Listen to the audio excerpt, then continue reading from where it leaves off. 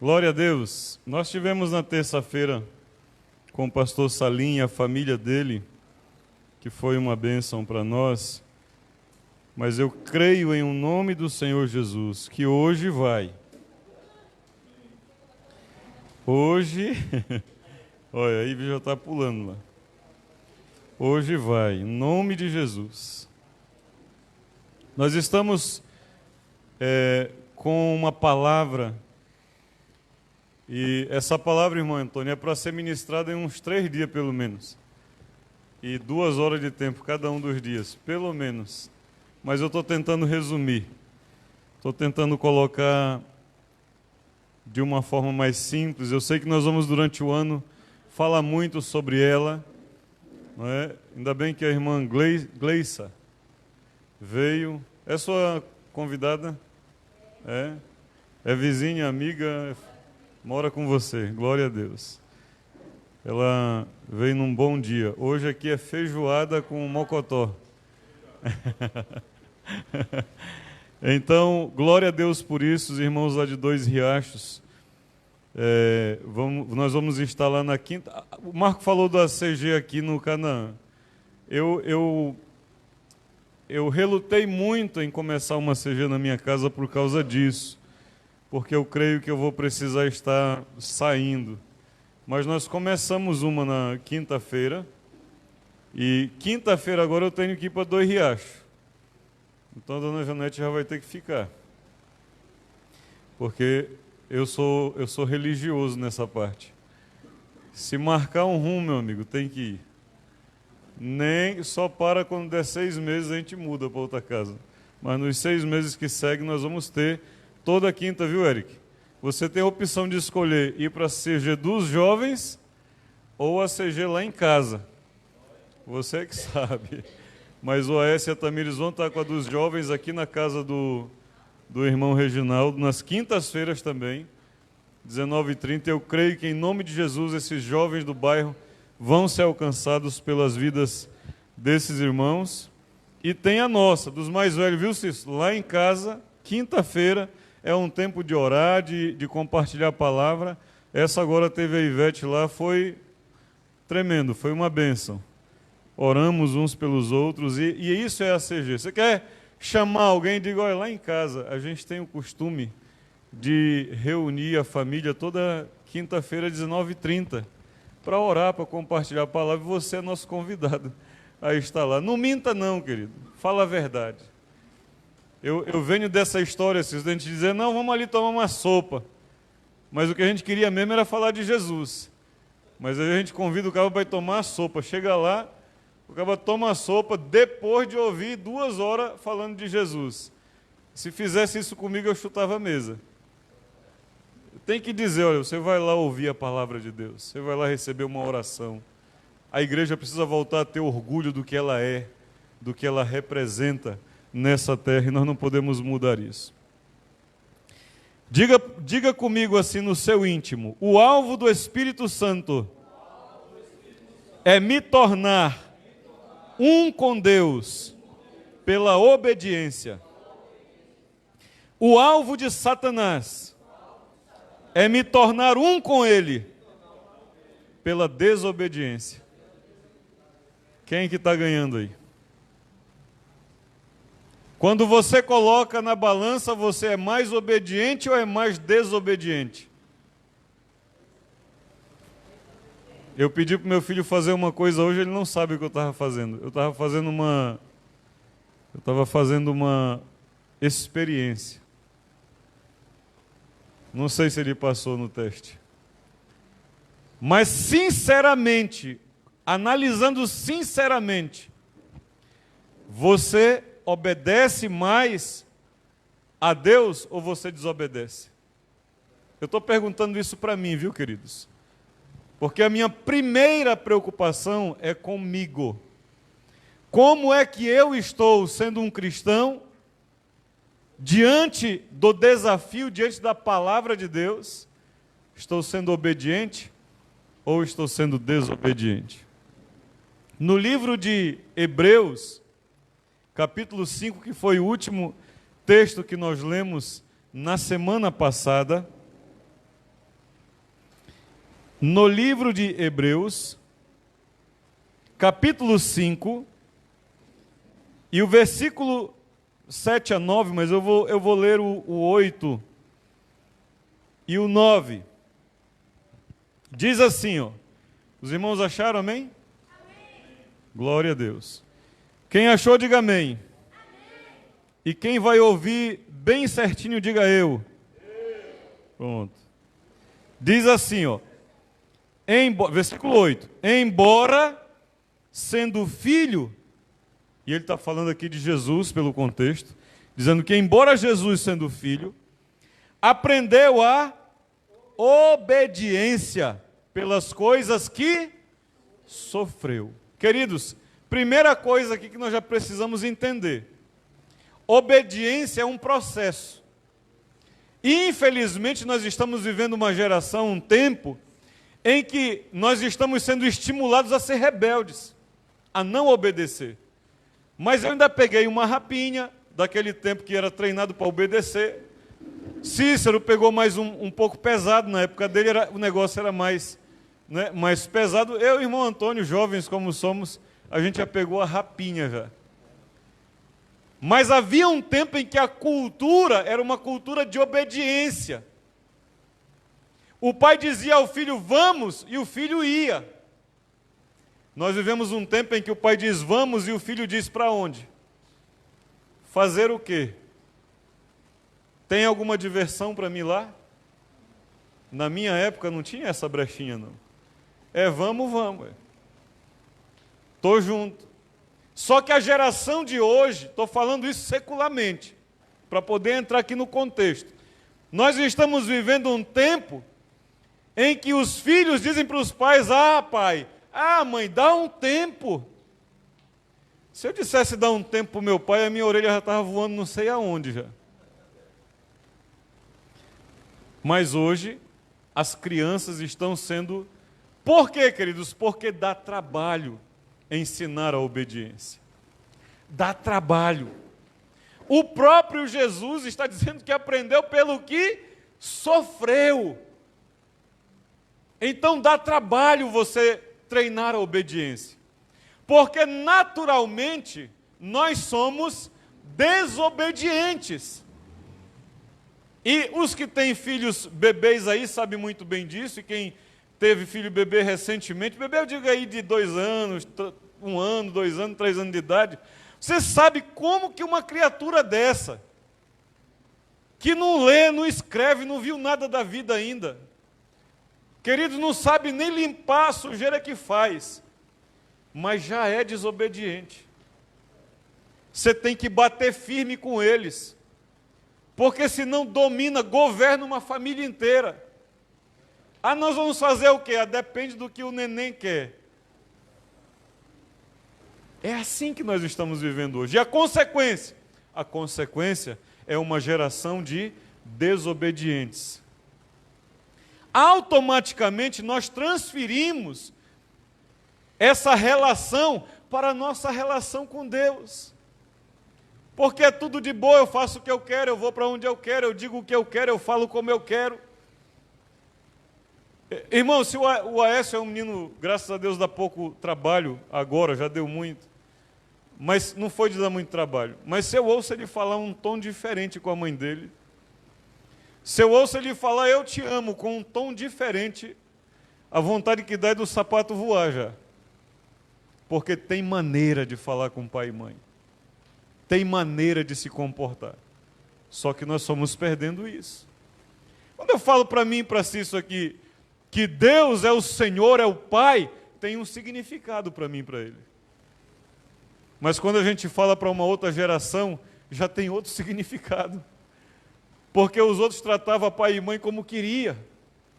E nós já era com outro respeito, com uma outra forma. Jesus aprendeu a obedecer pelo que sofreu. Então não estou dizendo a você que... E lembra bem, nós estamos aqui num tema que começou com anticristos. E a principal característica dos anticristos, ou seja, aqueles que se opõem a Jesus, é desobediência.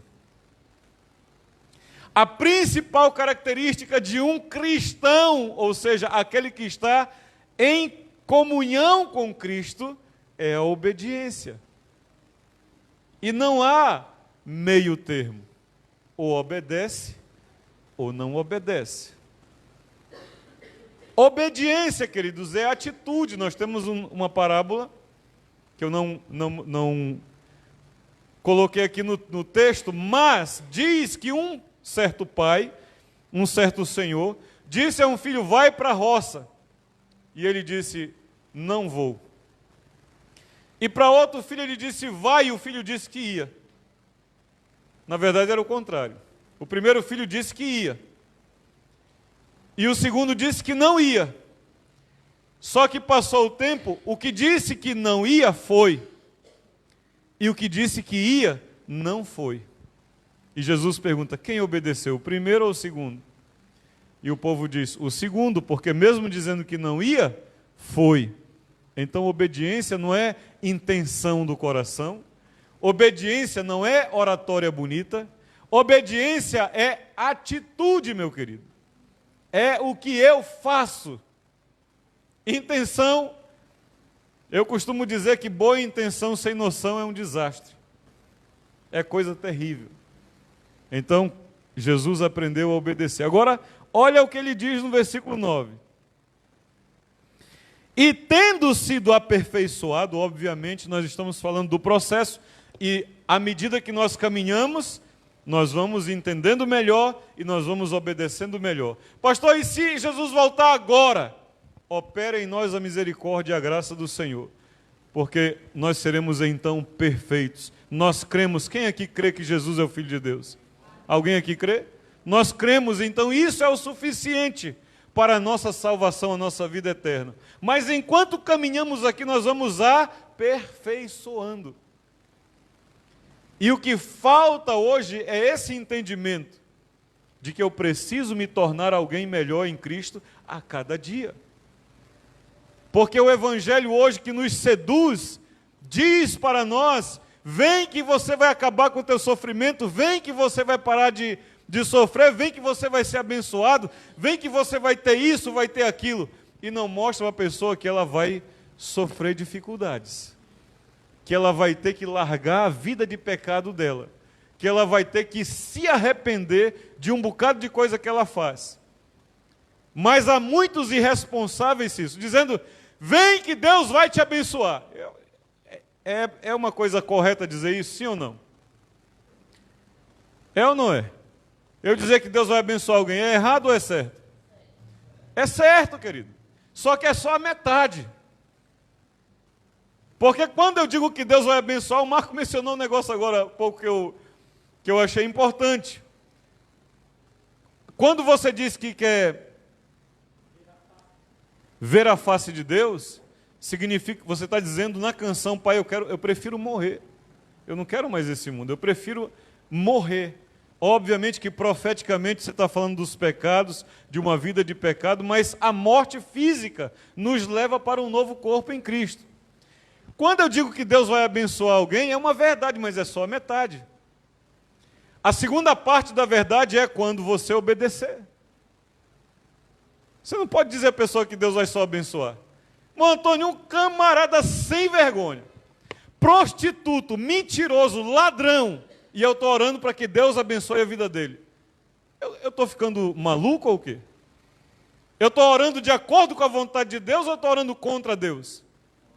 Eu estou orando contra Deus, queridos. Porque a palavra de Deus é clara. Que aonde opera o pecado, Deus vira o seu rosto. Então eu tenho que dizer a frase completa, Deus vai te abençoar quando você obedecer. Quando você se arrepender dos seus pecados, quando você tomar um novo rumo na sua vida. A igreja precisa de novo pregar a verdade para as pessoas. Porque senão nós estamos com salões cheios de pessoas que no final de tudo vão para o inferno, queridos. É isso que a igreja quer? É esse o papel da igreja? Aglomerar um número de pessoas enorme que no final de tudo não se converteram, apenas se convenceram. Não foram transformados, foram apenas seduzidos. se trajam de crentes, de cristãos, mas não o são. Não, o processo é difícil, é dolorido. Quantos mais eu já ouvi de Mariana, de Robson, da Ive, de Marco, de Ivete, mas pastor, mas porque estava doendo, estava difícil, mas o Espírito Santo vem e convence. O Espírito Santo vem e diz, isso é o melhor. Quantas vezes o mais que eu ouvi do Cauê? Já ouvi um bocado demais dele, mas estava tudo certinho, pastor, ia dar certo, olha, porque era assim, assado, cozido, frito, guisado. Eu digo, não vai comer nada disso aí. Está tudo errado, o Senhor não está nisso aí. Cai fora disso, que é cilada de Satanás. Esses dias apareceu um aí, prometendo 3.500 na carteira, para ele montar só em boate, Cício. Você acha que um caba desse na boate vai durar quanto tempo? Satanás pega ele, meu amigo, num instante joga no chão, arrebenta com a vida dele, vai ter dinheiro em casa, mas vai voltar à miséria que era antigamente. Eu vou dizer o quê? Vai lá que é de Deus? Não, querido. Deus já te tirou de lá. Quando Ele abrir uma porta, vai ser uma porta correta, certa, das coisas boas do Senhor e não coisas tortas aí. Porque agora é difícil.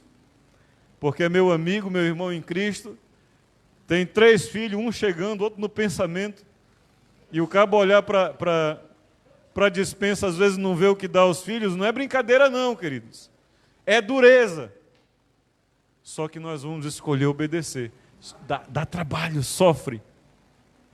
Há coisas, né, difíceis.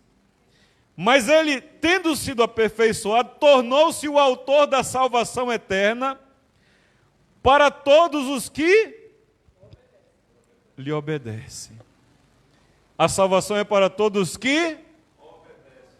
Nós vamos ter que ter um outro tema para falar sobre essa parte. Porque isso é muito profundo. Uma coisa, Robson, é o Guga pedir para você ir jogar, para ele jogar futebol, e você diz para ele, não, chega de manhã, você diz, filho, hoje você não vai jogar futebol. No final da tarde ele vem com aquela chuteira de R$1.500 dele. Eita, entreguei, olha. Aí ele vem com a chuteira, meião, tudo pronto, camisa, e diz, pai, vou jogar bola. Aí você diz, mas filho, eu não te disse de manhã que você não ia jogar bola hoje? E aí o Guga faz aquele jeitinho, né, igual a Alice. Tá bom, pai, eu não vou. O que você acha? Ele te obedeceu? Hã? Ele mesmo está respondendo, né? Ele mesmo está respondendo. Não, querido. Então a obediência não é aquela, poxa vida, a Bíblia me proíbe fazer isso. Não, queridos. A Bíblia me protege de fazer isso. A palavra de Deus está cuidando de mim, Deus está cuidando da minha vida. Quando ela diz, não matarás, não, Deus não está me proibindo, Ele não está sendo um carrasco, eu tenho que dizer, glória a Deus, Senhor, o Senhor está me protegendo. Tinha que ser assim, quando o filho, não, então, tá jóia, pai, tira o meio, nem põe meião, porque ele já ouviu qual era a vontade do pai. Então eu nem vou ficar alegre, vou ficar feliz, porque alguma coisa o Pai está vendo, Ele está me protegendo de alguma coisa. Então a salvação é para aquele que obedece. Por isso a igreja, irmão Antônio, vive correndo atrás de milagre, porque ela é desobediente. Aquele que é obediente não corre atrás de milagre. Os milagres correm atrás dele. Ele nem pede, está acontecendo. Corre comigo para 2 Coríntios, agora sim, irmã Ive, que já estava lá em 2 Coríntios. 2 Coríntios capítulo 10, versículo 4. E aqui, queridos, nós vamos mais meia hora. 2 Coríntios capítulo 10, versículo 4. Quem achou, diga amém. Amém. Glória a Deus. Olha o que ele diz. Porque as armas da nossa milícia não são carnais, e sim poderosas em Deus para destruir fortalezas, anulando sofismas e toda altivez que se levanta contra o conhecimento de Deus, e levando cativo todo pensamento à obediência de Cristo. Aqui nós precisamos entender, primeira coisa, duas palavras muito fortes aqui: fortalezas e sofismas.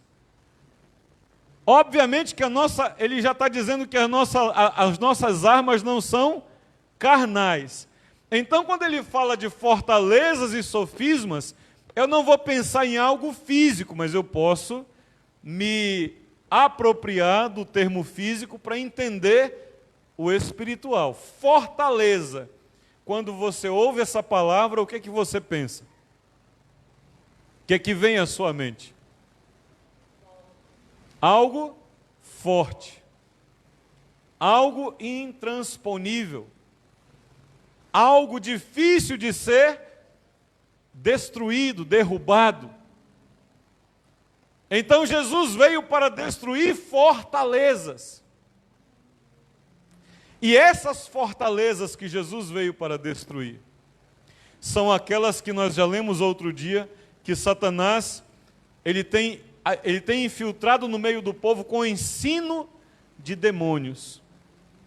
E a palavra em Provérbios, capítulo 20, se eu não me engano, versículo 4, diz que, ou versículo 6, diz que ensina a criança no caminho em que ela deve andar, e ainda quando for velha, o velho não se desviará dele.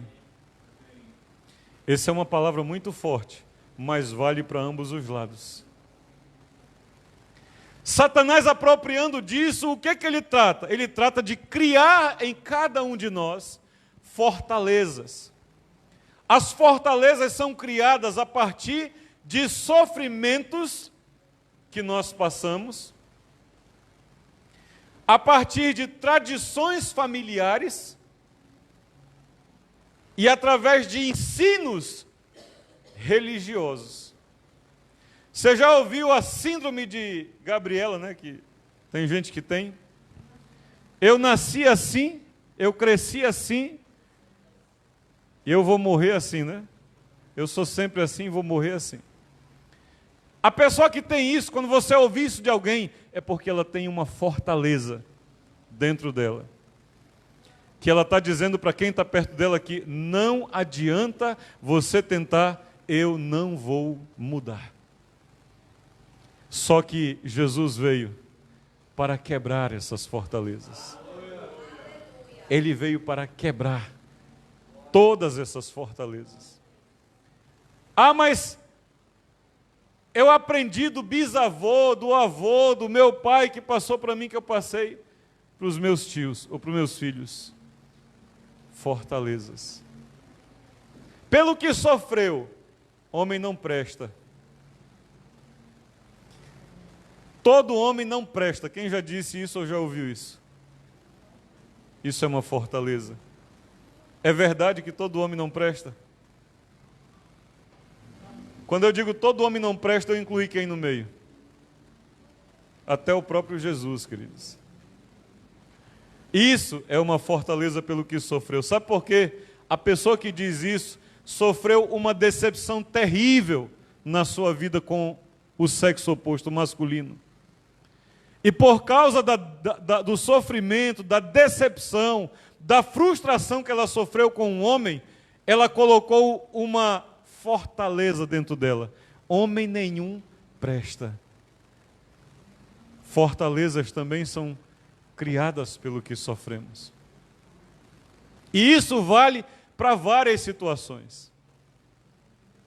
A pessoa não vai num lugar, ela não faz tal coisa a determinada hora. Tomar banho de rio depois das 18 horas.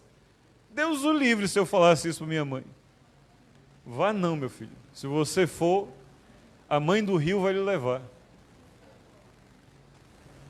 Fortalezas são criadas a partir de coisas que Jesus veio para destruir fortalezas. Por quê, queridos? Porque há muitas fortalezas que têm levado pessoas a viver uma vida de desobediência a Deus, mesmo dentro da igreja, mesmo participando de cultos e comunhões e tudo mais, ela está em desobediência. Jesus disse assim, na oração do Pai Nosso: Pai, perdoa-me assim como eu tenho perdoado. Será que você faz essa oração? Será que você aguenta? Mas aí ele vai mais à frente e diz: perdoai. Lucas 6, 38, se eu não me engano. Perdoai, porque com a medida com que vocês medirem, vocês também serão medidos. Jesus disse na cruz: Pai, perdoa-lhes, porque eles não sabem o que fazem. E quando ele ressuscita na sala com os discípulos, lá em João capítulo 20, ele diz: perdoai. Soprou sobre eles o Espírito Santo e disse: aqueles a quem vocês perdoarem serão perdoados. Alguém aqui tem dúvida que é uma ordenança de Deus perdoar ao próximo? Alguém tem dúvida que você deve perdoar? Alguém tem? Não. Mas você sabe que muitas pessoas vivem domingo após domingo, cultuando, chorando, ajoelhando, dizimando, lendo a Bíblia com amargura no coração e não perdoaram? Porque existe no coração dela uma fortaleza. Se ela não deixar Jesus passar, querido, ela vai ter a vida dela desperdiçada. Apocalipse diz que era melhor que fosses frio do que ser morno. Sabe por quê, querido? Porque pelo menos você ia usufruir de alguma coisa. Mas porque você vive tentando fingir uma coisa, você vai perder ambas. Então, ele veio para destruir fortaleza e anular sofismas. E o que é sofisma?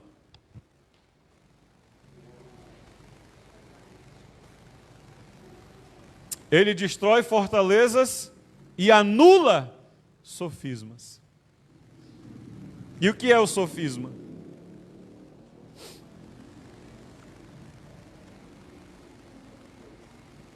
Sofismas, queridos, tem a ver com uma mentira muitas vezes contada. Sofisma é aquela história. Uma mentira muitas vezes contada se torna uma. Só que o interessante é que a mentira é contada de mim para mim mesmo. Eu nem preciso que alguém minta para mim. Eu mesmo minto para mim e acredito. Eu tenho um amigo convertido, graças a Deus, ele disse que ele era tão mentiroso, irmã Gleice, ele disse que mentia tanto, que um dia ele foi no banco lá no caixa ver se ele tinha dinheiro, porque ele mentia tanto que ele tinha dinheiro no banco, que ele um dia acreditou nele mesmo, foi lá no caixa para ver e viu um monte de zerinho lá, sem nada. Ele mentia de um jeito terrível. Mas o sofisma, ele é uma mentira que te coloca isolado das pessoas. Como é que ele acontece? O Robson veio no culto, ele diz assim: rapaz, o pastor tá me perseguindo.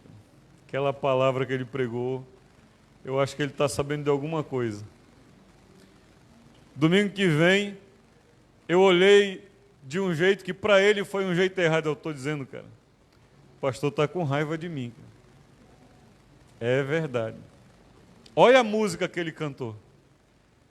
Aquela música foi para me machucar. Eu sabia que ele estava... Aí ele, 2, 3 vezes falando isso, ele comenta: ô Mariana, eu estou sentindo que o pastor está com raiva de mim. O sofisma, ele é criado quando você alimenta um sentimento sobre alguém que você não vai até a pessoa tirar limpo. E isso cria no seu coração uma mágoa. O sofisma é aquele irmão turrão que ia pedir um serrote emprestado para o outro. Mas ele era tão turrão que ele dizia assim: rapaz, se eu for lá, é meu vizinho, nós moramos tantos anos morando junto, perto, um na frente do outro, eu vou pedir, ele vai me emprestar, que ele tem um serrote bom lá, ele vai me emprestar. E ele vai na porta, não vou não, porque se ele disser para mim que não vai me emprestar, olha, não sei não o que é que eu faço, viu? Aí fica lá tentando cortar com uma faquinha de serra, não dá conta. Não, rapaz, eu vou pedir porque é meu vizinho, olha, os nossos filhos estudam na mesma escola. Que é isso, eu vou lá, vai até o meio da rua. Chega no meio da rua, ele volta, eu vou não, porque se esse cara me disser que não vai me dar esse serrote, eu vou ficar aborrecido com ele. Eu sei que ele faz essa ameaça umas 3 vezes, e na última vez, se ele vai, chega lá, pois não, vizinho, olha, o senhor pega esse seu serrote e põe onde o senhor quiser, que eu não quero mais não, viu? Ele mentiu tantas vezes para ele mesmo, que ele acredita que o homem ia negar o serrote para ele. Isso é um sofisma. É uma coisa que você coloca na sua cabeça que não existe. Não vou falar com fulano não, porque ele não vai me responder legal e eu vou ficar chateado. Quem te disse? Não vou até aquele lugar não, porque se eu for lá as pessoas vão me humilhar. Ninguém te disse nada disso e você colocou na sua cabeça. Sabe o que Jesus faz? Ele te liberta disso. E você entra e sai em qualquer lugar. Você fala com quem você quiser. Você é livre, você não sofre, achando que fulano não fez isso por causa daquilo. Não, se você tiver dúvida, você vai, ô irmão, você fez tal coisa assim? Fiz ou não fiz? Acabou, querido. Jesus anula sofismas e destrói fortalezas. Mas o mais interessante vem aí à frente. E toda altivez que se levanta contra o conhecimento de Deus, porque o sofisma, casado com a altivez e as fortalezas, diz a você que está certo. E que os outros é que se dane. Quem quiser que dê os seus pulos. Quem quiser que faça o que tiver que fazer, porque você está num pedestal e todos têm que se render a você. Você vai ver um monte de... Porque ele se levanta contra o conhecimento de Deus. E Jesus, sendo Deus, se humilhou, deixou toda a sua glória e veio a esse mundo se humilhar, sofrer por alguém como eu e como você. Olha, se Jesus tivesse vindo sofrer, pelo menos pelos melhores, Eric. Não, cara, mas ele veio sofrer por pessoas como eu e você, que não merecíamos. Então, qual que é essa prerrogativa que me dá esse direito de me achar que sou melhor do que alguém e maior do que Deus?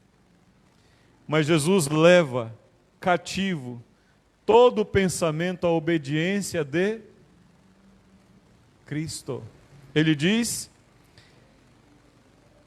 e toda altivez que se levanta, ele anula toda altivez que se levanta contra o conhecimento de Deus. Como é que ele anula isso? Levando todo o pensamento cativo à obediência de... O que ele está dizendo aqui, Robson? Ele está dizendo aqui que eu vou obedecer a Jesus? Sim ou não? É isso que ele está dizendo?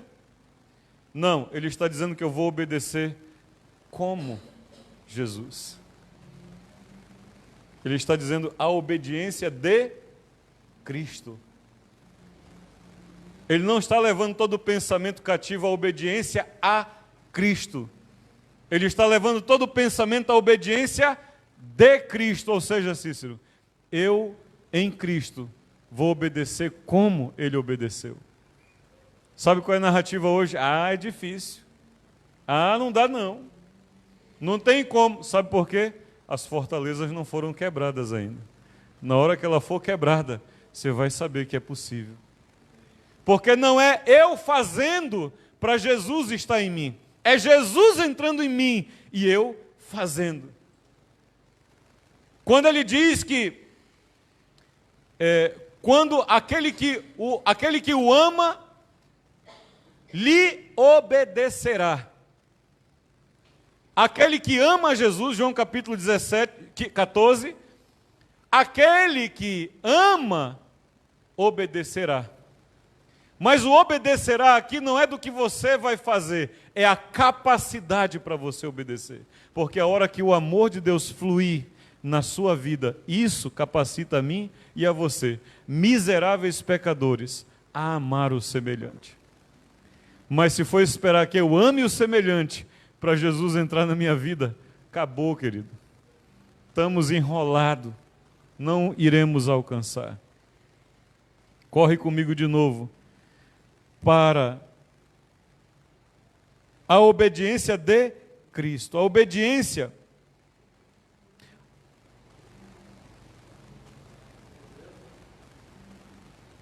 eu vou pular um texto aqui para nós irmos para o final. Corre comigo para 1 Samuel, capítulo 15, lá no Antigo Testamento. Eu vou pular Tessalonicenses, mas nós vamos, ainda em outras ministrações, eu creio em nome de Jesus, voltar a Ele, ou Deus irá usar outro irmão para fazer isso. 1 Samuel, capítulo 15. Porque a obediência de Cristo, Regi, não está dizendo que para mim que é fácil, porque o próprio Cristo aprendeu a obediência pelo que sofreu. E Jesus obedeceu em tudo, porque ele diz na palavra que ele só dizia o que o Pai dizia para ele dizer. Ele só fazia o que o Pai dizia para ele fazer. Ele só ia aonde o Pai dizia para ele ir. Então muitas vezes nós estamos apavorados, preocupados em dizer algo, porque nós queremos agradar o nosso irmão. Amém, querer agradar o irmão. Mas não diga só porque você queria agradar. Diga porque Deus está confirmando no seu coração para você dizer. Não diga uma coisa para agradar alguém que vai contra a palavra de Deus. Por exemplo, não diga que uma pessoa que está com a vida completamente desordenada vai ser abençoada, a não ser que a bênção que você está profetizando sobre ele é a conversão a Cristo. Mas não minta para ele, para agradar alguém. Eu estou dizendo a você uma coisa que eu me arrependo de ter feito algumas vezes. Fiz isso algumas vezes, irmão Antônio, mas me arrependo pela revelação do Espírito Santo que eu errei. Eu deveria ter pedido para a pessoa se arrepender, fazer um concerto com Deus para a vida dela ser mudada. E eu disse, não, Deus vai te abençoar. Está errado, queridos. Está errado. Eu estou me levantando contra o conhecimento de Deus, porque Deus já se revelou a nós na sua palavra. E se não se revelou na palavra, porque você não tenha tato com ela, contato com a Bíblia, todo mundo sabe o que é bom e o que não é bom. E nós temos que saber quando nós estamos a favor de Deus e quando nós estamos contra Deus. Em 1 Samuel, capítulo 15, os irmãos acharam? Eu disse para vocês procurarem e eu não fui lá. Aí diria o meu amigo, é um desse. Capítulo 15. Sabe qual é a história aí? Os irmãos já conhecem, né? Os irmãos estão lendo a Bíblia, graças a Deus. Saul, queridos, foi ungido rei. No meio de todo o povo de Israel, ele foi achado o cara para andar na presença do Senhor, ainda que ele próprio, aos olhos dele, achava que ele não era digno. O Senhor o levantou. Sabe por quê, Eric? Muitas vezes a gente pensa que a gente tem que, na obra de Deus, a gente não tem que ter capacidade, não. A gente tem que ter disposição de coração. Na hora que você dispõe o seu coração, Deus te capacita. Quem está lendo a Bíblia aí, livro de Êxodo, a história de Moisés, o cara Moisés se achava o último, queridos. Mas Deus o capacitou. É tremendo quando você analisa que no princípio das idas dele a Faraó, ele falava com Arão e Arão falava com Faraó. Deus mandava fazer tal coisa, estender a mão, Moisés dizia para Arão e Arão iria fazer. Só que do meio para o fim, quem está fazendo? Já é Moisés. Ele tomou porque Deus foi preparando. Então, Saul aqui achava-se incapaz. Mas eu quero te dizer aqui nesse texto de Saul algo muito importante. Primeira coisa, qual foi a ordem que Deus deu a Saul? Eles tinham acabado de ter algumas vitórias e Deus manda eles irem contra os amalequitas. E quando Deus manda eles irem contra os amalequitas, não duvide da bondade de Deus, queridos. Deus é bom, Ele sabe o que Ele está fazendo. Mesmo que você ache que não, Ele sabe o que Ele está fazendo. Olha a ordem, 15, versículo 3. Vai, pois, agora, e fere a Amaleque, e destrói totalmente. Presta atenção nessa palavra. Destrói totalmente a tudo que tiver, e nada lhe poupes. Porém, matarás homem e mulher, meninos e crianças de peito, bois e ovelhas, camelos e jumentos. Já pensou? A ordem era severa. Destrua tudo. Deus está mandando ele, o rei Saul, ir contra os inimigos de Deus e destruir tudo. Mas aí Saul vai e executa. Versículo 6, ele começa a execução, mas nós não temos muito tempo. E aí ele vai nessa execução e ele poupa a vida. Ele poupa a vida do rei. Versículo 8 diz assim, ó: tomou vivo a Agag, rei dos amalequitas. Deus disse para quê? Para matar tudo. Saul foi lá e matou todo mundo, mas tomou o rei vivo com ele. Porém, todo o povo destruiu a fio da espada. E Saul e o povo poupou a Agag e o melhor das ovelhas e dos bois e os animais gordos e os cordeiros e o melhor que havia, e não os quiseram destruir totalmente, porém toda coisa vil e desprezível destruiu. Olha a execução. Deus disse, vai e mata tudo. Eles vão lá matar o que eles achavam vil e desprezível. E pouparam o melhor do gado. Cauê, você acha que Deus não podia dar ovelhas boas? Você acha que Deus não tinha gado bom para dar ao povo? Se Ele quisesse fazer? Será mesmo que Deus precisa da minha ajuda? Na execução, queridos, Saul foi avarento, foi soberbo. E a soberba e a avareza dele, irmão Antônio, levou ele a desobedecer a Deus. Deus vai rejeitar Saul a partir desse versículo 10 aí. Então veio a palavra do Senhor dizendo a Samuel: arrependo-me de ter constituído a Saul como rei. Por quê? Porque ele desobedeceu. Sabe o que ele fez, irmão Antônio?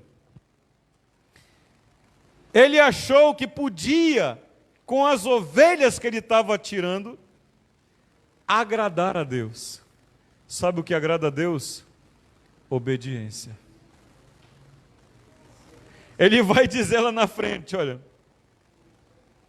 Samuel vai chegar, né, e vai dizer a ele, veio pois, versículo 13, veio pois Samuel a Saul, e este disse, bendito sejas tu, Senhor, executei as palavras do Senhor, olha, fiz o que o Senhor mandou. E Samuel vai dizer, fez mesmo? Sim, fiz. Então respondeu. Então disse Samuel, que balido, pois, de ovelhas é este nos meus ouvidos, e o mugido de bois que ouço? Ah, você matou, então que barulho é esse que eu estou ouvindo aí? Ah, você fez, então o que é isso aí?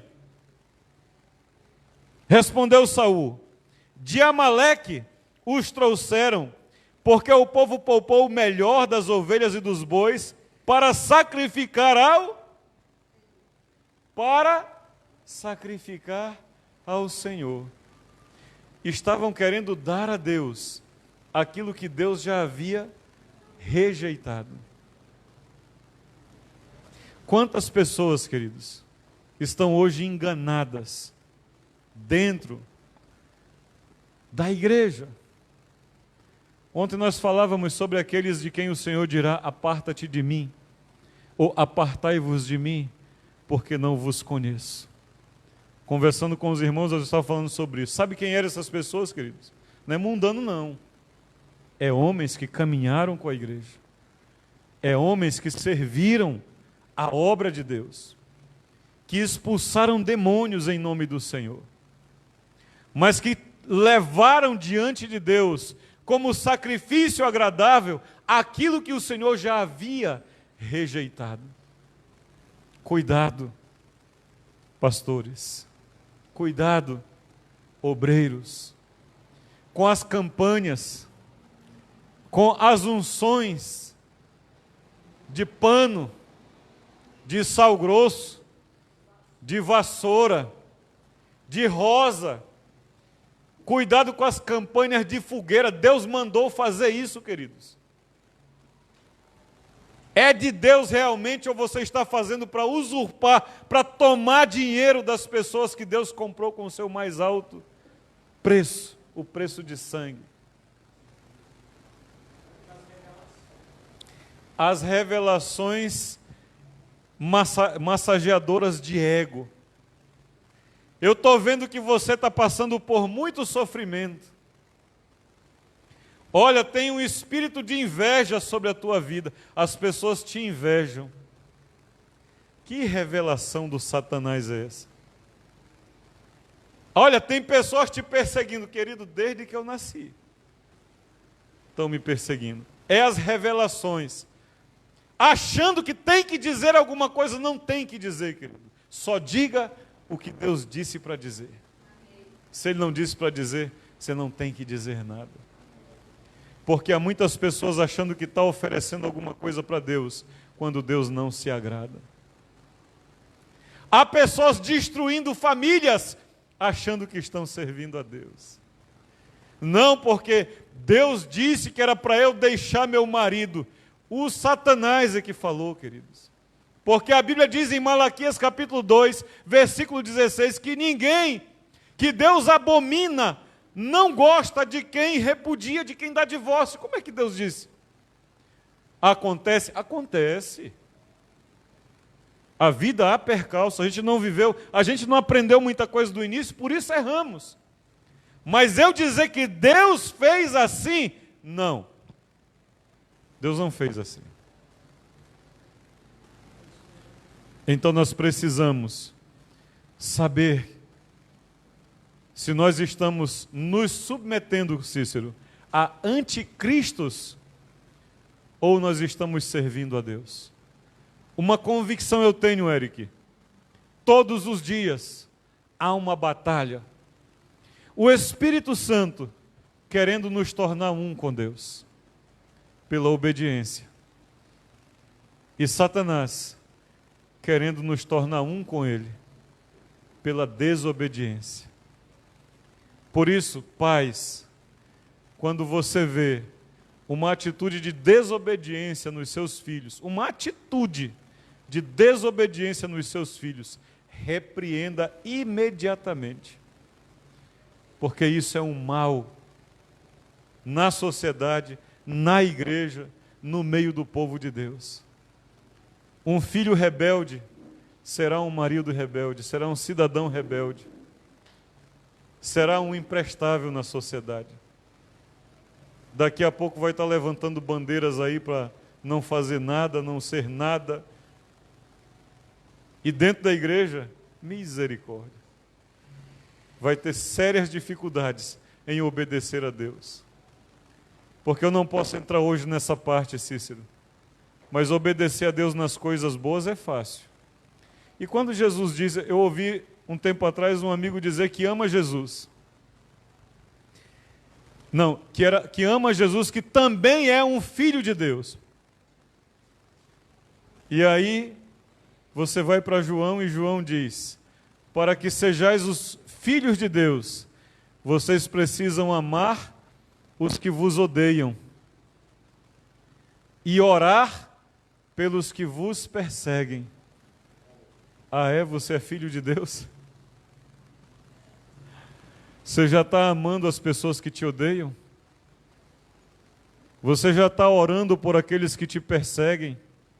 Na tua rua, no teu trabalho? Às vezes na família, né? Às vezes a gente tem pessoas na família que perseguem a gente. Será que você já está amando aquele que te persegue dentro da tua família? Ou você diz assim, não, não tenho nada não, mas ele no lugar dele e eu no meu. Obedecer, Cícero, nas coisas boas.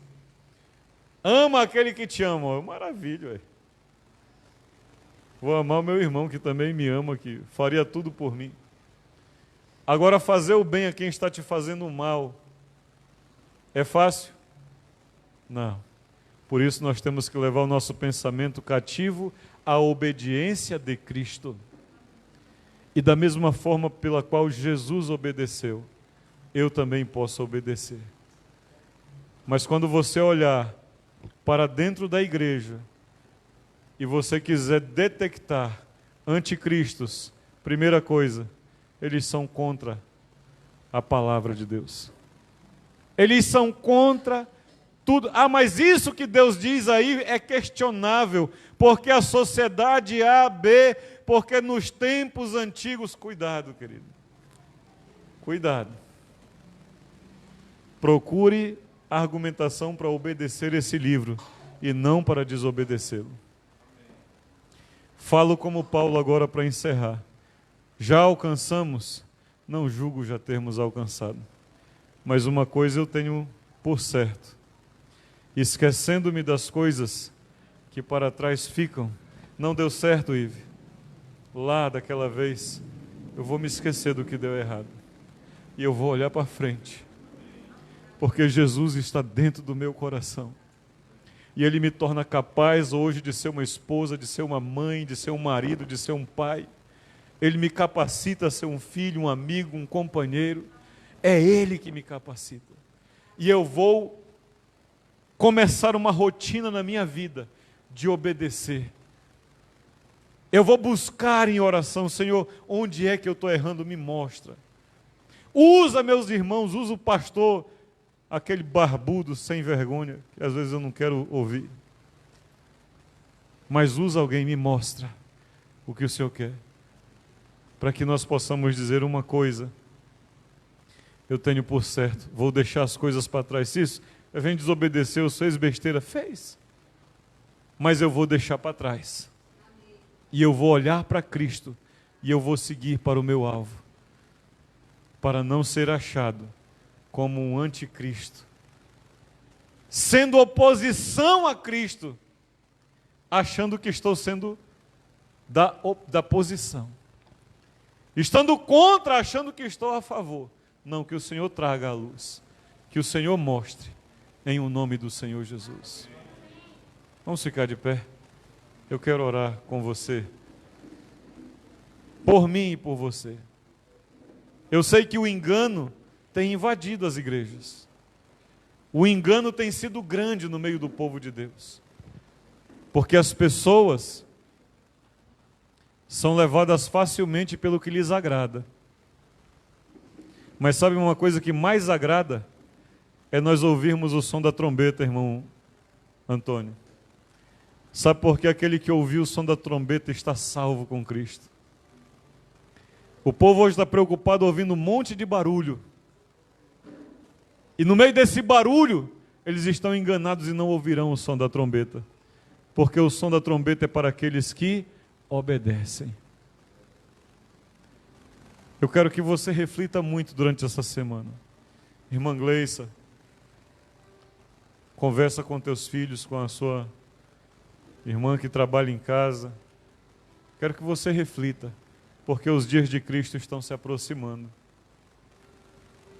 E a Bíblia diz que nos últimos dias se multiplicaria a iniquidade. Sabe o que é iniquidade, querido? É aquele pecado que você acha que você nem sente.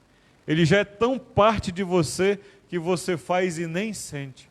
Ele está na origem da gente, ele está no nosso gene. A pessoa comete pecado, ela nem... As pessoas hoje estão ouvindo pornografia nas músicas e elas acham legal. Quando pornografia devia ser a última coisa que elas deveriam ouvir. Porque aquilo que nós estamos ouvindo acaba sendo, queridos, aquilo que nós nos focamos, aquilo que toma o nosso pensamento. E quando algo toma o nosso pensamento e nós nos focamos, isso acaba sendo o que nós vamos viver. Louva a Deus que a Clarinha voltou a cantar músicas da igreja. Outros dias ela estava cantando funk. E palavras que não deveriam estar na boca de uma criança. Mas Satanás é sagaz. Ele age na eficácia, irmão Antônio. Na nossa falha e na eficácia deles. Nós damos o celular para os filhos e nós não olhamos o que eles estão vendo. Tá tudo bem dar um celular para seu filho. Mas, pelo menos uma vez por semana, dê uma olhada no histórico do que ele está vendo. É cuidado, é amor. É preocupação com eles, para que mais tarde a gente não venha se arrepender. Senhor Jesus, nós precisamos de um coração, Pai. E o Senhor sabe que eu tenho clamado desesperadamente por ele. Um coração que te obedece, Pai. Um coração que te teme. Um coração que te ame, Pai. Porque quando nós amamos, Pai, quando nós tememos, não há nada que possa nos impedir, nos atrapalhar. Nós faríamos tudo em nome desse amor. Eu quero te pedir nessa noite, Pai, pela minha vida, pela vida dos meus irmãos que estão aqui nessa noite, pela vida daqueles que não vieram, Pai. Não sei qual foi a razão, mas se foi por desobediência, Pai, perdoa-lhes. Eu quero pedir que o Senhor nos dê um coração igual ao teu, Pai. Um coração obediente, um coração temente, Jesus. Que vai buscar agradar ao Senhor. Como disse o teu filho, agradar-se do Senhor. Para que o Senhor responda, para que o Senhor nos ouça. Não, Pai, nós não queremos pedir bênção hoje, nós queremos pedir intimidade com o Senhor, nós queremos pedir comunhão com o Senhor, nós queremos a convivência dia a dia com o Senhor, 24 horas por dia, Pai, porque sabemos que nessa comunhão, Pai, todo o resto virá. Virá a paz, virá a saúde, virá o pão sobre a mesa, virá o suprimento de qualquer necessidade. Eu te peço nessa noite, por mim, pelos meus irmãos, por toda a tua igreja espalhada na face da terra, dá-nos um coração obediente, Pai. Tira do nosso meio toda rebeldia, Pai. Deus nos dá um espírito intolerante para desobediência, para rebeldia. Nós queremos, Pai, cada dia mais nos afastar do mal e nos achegarmos a Ti. Eu abençoo a Tua igreja, Pai, com essa capacidade, em o nome de Jesus. Diga comigo, igreja, Senhor Jesus. Diga, Senhor, eu reconheço que eu não tenho capacidade. Eu sei, Pai, que na minha força eu não posso, mas eu creio no poder do Senhor e eu clamo, dá-me um coração igual ao teu, dá-me um coração disposto a obedecer, a não aceitar nenhuma rebeldia e me aliançar à obediência pelo que Cristo fez, em nome de Jesus.